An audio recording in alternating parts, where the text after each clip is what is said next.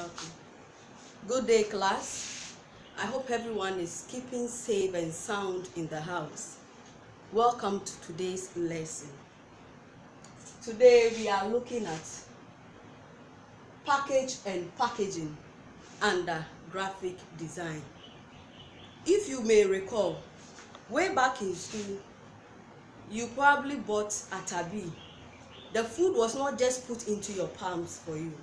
The food was put into something for you, like a disposable bowl, a container to take the bowl. You may have also bought Orlando rice. It was not just dashed into your palms, it was put in a bowl. That is what we are going to talk about, the container that we use to carry products, package and packaging. In today's lesson, we will look at what a package is, what is packaging, materials that are used in packaging, types of packages, functions or relevance of packaging, packaging requirements, and at the end you have some trial questions. Now let's look at the definitions. What is a package? A package is a container that holds a product. That's any product you buy. The product is in a particular container, and that container holds the product. That is the container we are referring to as a package. You may buy sachet water. The water is in the sachet. The sachet becomes the package. If you buy toothpaste, the paste is in the tube is the container, and that is its package. So that is a package for you, a container that holds a product. Then packaging therefore will be the art of designing and producing a container for a product. Of course, as visual artists, we are interested in how beautiful the package will look like. So we spend time to design the package for the product. Now let's look at some of the materials used in making packaging. We can have paper, we can have glass, we can have plastic or rubber, we can have fabric and metal.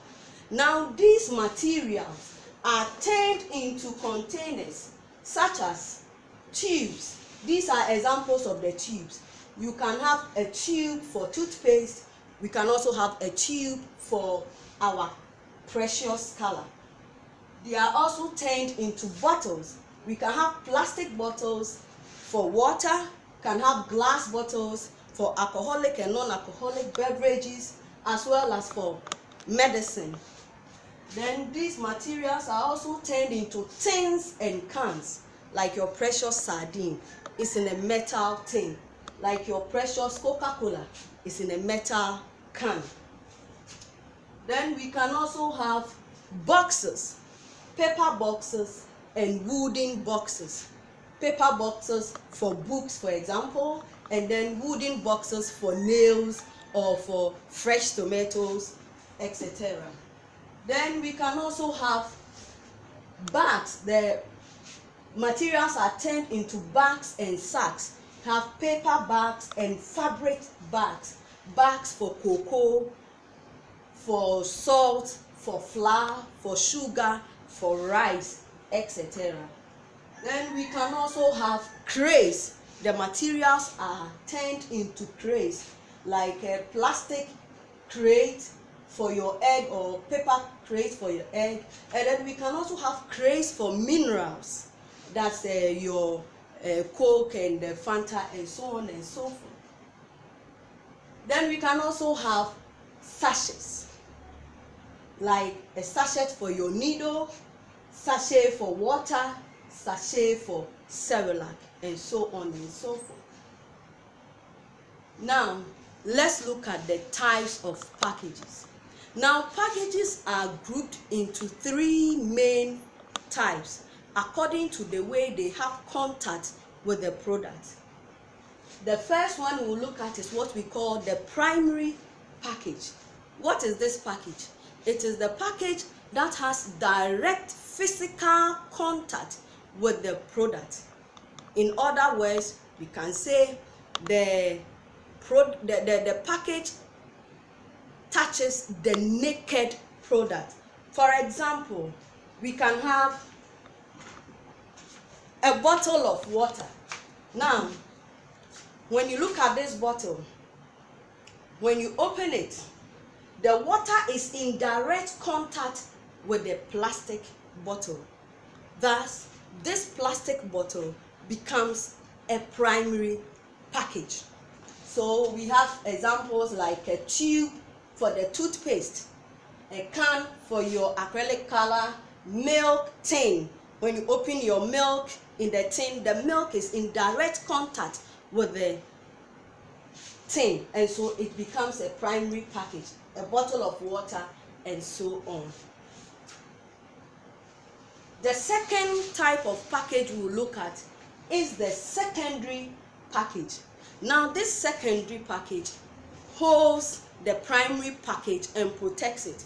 And this secondary package is also used to group multiples or a lot of the primary packages together. For example, we have this paper box for toothpaste. Now, before or when you go to the market to buy a toothpaste, you have the paste in the tube. The tube is not the primary package. Then the tube is as well put in this box for you. So this paper box becomes a secondary package. So examples again are a carton of milk tins, a crate for soft drinks or minerals, and many more. Then the third one we will look at is the tertiary package. Now, what is this package? This package is necessary for bulk handling or storage or for transportation. So we can have a bigger box like this one. Then I have my tube is not here. Okay, so let's assume that I have my tube in this box. Then this box is as well put into this box. So we can have a lot of them in this box. Thus, this box becomes a tertiary package. And also, if we have a lot of these boxes and they are put on, say, a pallet, a wooden platform, a lot of them are put on a wooden platform and stored, that pallet also becomes a tertiary package. Now let's look at the summary. As you can see from the board, so we have a bottle, which is a primary package, then a box, a paper box, which is a secondary package. Now a number of these bottles are put in the paper box. So we have the primary and the secondary packages here. Then a number of these secondary packages are packed on the wooden pallet for storage and transportation purposes. So here the wooden pallet becomes a tertiary package. Okay. Now let's continue. We look at the functions of packaging. Why is packaging so important? Now, the first one we'll look at is identification. When you go to the market to buy any product, how are you able to identify it? Of course, by the name of the product. So, with packaging, the name of the product is written on the package. So, anytime you go to the market to buy your favorite toothpaste, the name is displayed. You can easily purchase it, and it also helps you to identify or differentiate between other products. We may have products under toothpaste like Close-Up, Pepsodent, Mazam, and so on and so forth. You are able to know the one you want because its name has been written on the package, so that you'll be able to differentiate it from the other products. Now let's look at the next point, that is protection. The package also offers protection to the product. Once you have put the product in the package, it is protected from spillage, from other foreign materials entering it. Sometimes it is also protected from vibration and shock. So the product is protected once it is in the package. Okay, now let's look at the next one. It also preserves the product. For example, when products are put into packages, they are preserved, they are able to last for the number of days or years that they are supposed to last, because they may probably contain some added chemicals that preserves the products and keeps them fresh for their shelf life. So that is preservation for you. And then the package also gives information. The package communicates to the consumer. When you go to the market to buy a product, you find a lot of information on the product, be it the name of the product, the day it was manufactured, the day it will expire, how it is used, how it is stored, and even how it is disposed. These are all information that the package gives to the consumer. Okay, then last one we'll look at advertisement. The package is designed in attractive colors, in beautiful shapes, so that once they are displayed, they are able to sell themselves, that they advertise themselves, they attract consumers to themselves. That is advertisement. The package is said to be the silent salesman. It will not say anything, but per its beauty, it is able to advertise itself, and draw consumers to buy the package. Okay, now let's look at packaging requirements. Okay, so any package will contain the name of the product. The name of the product.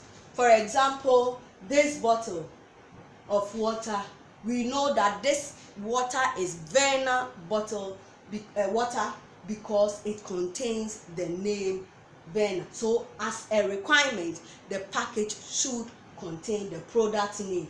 It should contain the name and location of the manufacturer, that is the producers of this water, and where they can be found. It should contain the trademark or logo. Here we can have the trademark, and then we can have the trademark is also called the logo. So the package is supposed to contain the trademark or the logo. Then we have the description of content. What is in the package? What is in the package? So it must be there. If it is water, it must be there. If it is medicine, it must be there. Whatever, it should be there. Then we have directions on how to use the product. Of course, different products have different ways they are used them. So the directions as to how to use the product must be put on, so that the consumer will not say it did not work. Probably the consumer did not use it well. Okay, then we can also have certification sign. Any product that is on the market must be certified. For example, in Ghana we have our standards board. So if the product is authentic, then it should be certified and it should have the standard board sign. Like this Verna, it has the standard board sign. Then we have the manufacturing and the expiry dates. The day the product was produced and then the day it will expire. They should be there. On this bottle, you can see it at the neck. Manufacturing and expiry dates. Then we should have the country of origin. Where is the product coming from? This product is coming from where? Our country, Ghana. Then we must also have caution on handling. How you supposed to handle the product. It is a requirement, because some products, if you handle them anyhow, by the time you get to your destination, they are already damaged or spoiled, and so the package should contain caution on handling. Then we can have the slogan. Let me see what is on this water. Says changing people's life. That is the slogan for Vena water. Changing people's life. Like Calipo, you will say what? Edekeke, and so on and so forth. That's the slogan. Then we can also have the environmental symbols. These are pictorial symbols found on products, telling us how to use the product, how to dispose the product, and so on and so forth. Like a small man and a small bin, the man dropping something into the bin, meaning when you finish using the product, you can drop the package into a bin. So that is it. So today, let's recap. We have looked at what a package is. We have looked at the packaging materials. We have looked at types of packages. We have looked at functions, and then we have looked at the packaging requirements. So as a take home, as already you are in the house, so as trial questions, I want you to try these 3 questions. Try them as if you are writing WASI. Who knows, probably the questions will drop. So you try these questions. Mention 3 package construction materials and their respective products that are packaged in them. So you name the material and the product that can be packed in the material. For example, this one, don't mention it too. For example, we will have a plastic bottle or plastic. What material or what product can be put in the plastic? I will say water. So that is it. You can do it like that. Then identify and explain any 3 functions of packages. So you mention the function like protection, and then you try to explain in your own words what protection means. Then the last one, you discuss 5 information that must be on the package. 5 information. So you can list name, manufacturing and expiry date, and so on and so forth. So have a wonderful day and keep safe in the sun. Don't go out anyhow. Stay in the house. Stay away from coronavirus. Thank you.